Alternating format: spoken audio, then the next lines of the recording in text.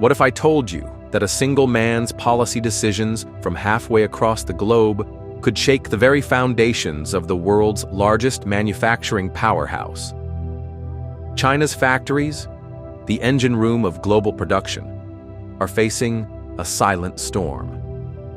And at the center of this economic quake, Donald Trump. From trade wars to tariffs, from supply chain breakdowns to shifting alliances, Trump's America First approach didn't just rattle political cages. It sent shockwaves through Chinese industries. But how deep does the damage go? What really happened behind closed doors? Let's uncover how China's industrial empire is being tested like never before.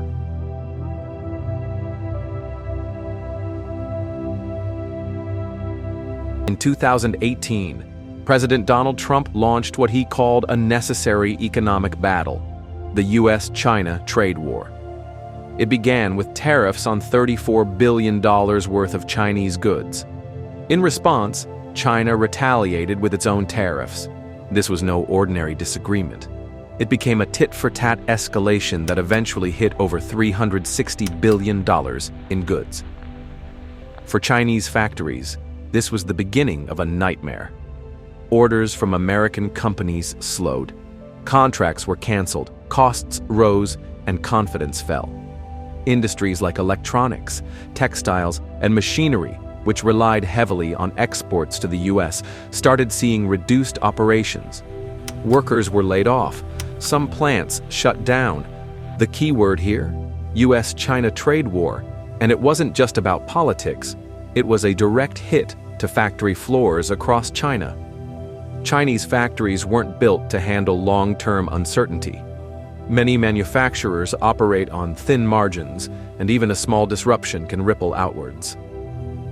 As the trade war dragged on, foreign investors began to worry. Businesses started looking to Vietnam, India, and Bangladesh for cheaper alternatives. China's once unshakable position as the world's factory was no longer guaranteed. And here's where it hurt the most. Companies didn't just shift temporarily. Many diversified their supply chains, permanently reducing dependence on China. Trump's tariffs pushed global firms to ask a dangerous question. Do we really need China anymore? We lost $1 trillion last year with China, $1 trillion. So if you're not going to do business with them, you're not going to lose $1 trillion. It was a blow not just to exports, but to trust. China factories. And they were no longer the default choice. It wasn't only steel and soybeans. The real storm hit when Trump's administration targeted Chinese tech giants. Huawei, ZTE, and other firms were blacklisted. Advanced US-made chips and software were banned from export. Factories producing smartphones, networking equipment, and AI-related products were thrown into chaos. Production slowed. Innovation stalled. Even China's dream of becoming a tech superpower took a direct hit. This wasn't just a trade war, it became a technology Cold War. And for many Chinese manufacturers, the message was clear: adapt or collapse. While China has tried to pivot to domestic markets and high-tech manufacturing, the effects of Trump's era still echo. China's factory sector is trying to recover, but it's walking on a tightrope in a post-Trump world. Trump may be out of office, but the ripple effects of his policies are far from over. China's factories are still adjusting, navigating a new world shaped by tariffs, trust issues, and global shifts in manufacturing.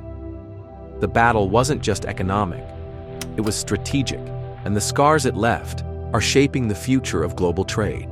If you found this insight surprising or eye-opening, don't forget to hit the like button and subscribe to Unrevealed Facts for more deep dives into the world's hidden stories. Your support helps us reveal what others overlook. Thanks for watching.